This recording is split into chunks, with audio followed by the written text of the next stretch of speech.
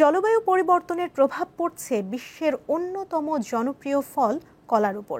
জাতিসংঘের খাদ্য ও কৃষি সংস্থা FAO বলছে, জলবায়ু পরিবর্তনের প্রভাব কলা সরবরাহের ক্ষেত্রে বিরাট হুমকি তৈরি করেছে।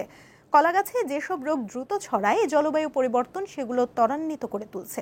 এতে কলার উৎপাদন কমতে পারে বলে আশঙ্কা করছে জাতিসংঘের বিশেষায়িত সংস্থাটি।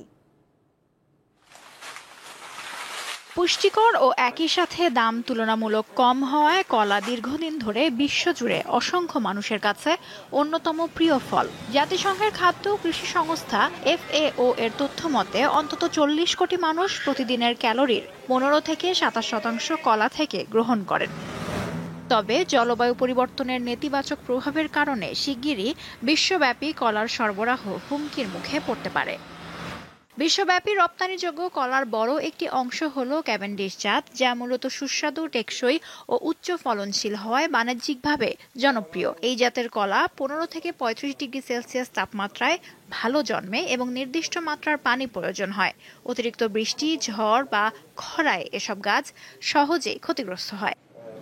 জলবায়ু পরিবর্তনের কারণে বিভিন্ন ছত্রাকজাত রোগ ছড়িয়ে পড়ছে, যার মধ্যে ব্ল্যাক সিগাটকা নামক ছত্রাক কলার গাছ শালক সংশ্লেষণ ক্ষমতা 80% পর্যন্ত কমিয়ে দিতে পারে। এছাড়া ফুসিয়াম ট্রপিক্যাল রেস 4 নামে একটি মাটিজনিত ছত্রাক গোটা ক্যাভেন্ডিশ কলার বাগান ধ্বংস করে দিচ্ছে।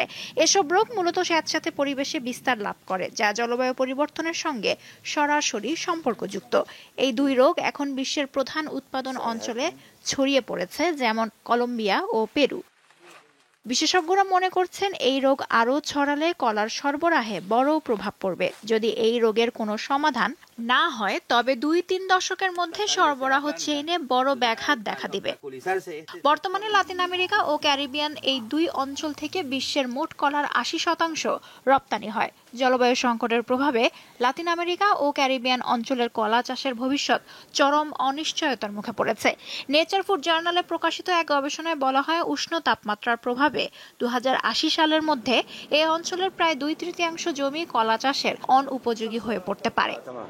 কলার ঘাটতি মানে বাজারে শুধু যোগান কমা নয়, এর দামও বাড়তে পারে। এরই মধ্যে চলতি বছর কলার দাম বেড়েছে। বিশ্বব্যাপী কলা শিল্পে 1 মিলিয়নেরও বেশি মানুষ কর্মসংস্থানের সঙ্গে যুক্ত এবং জলবায়ু সংকট তাদের ওপরও প্রভাব ফেলতে পারে।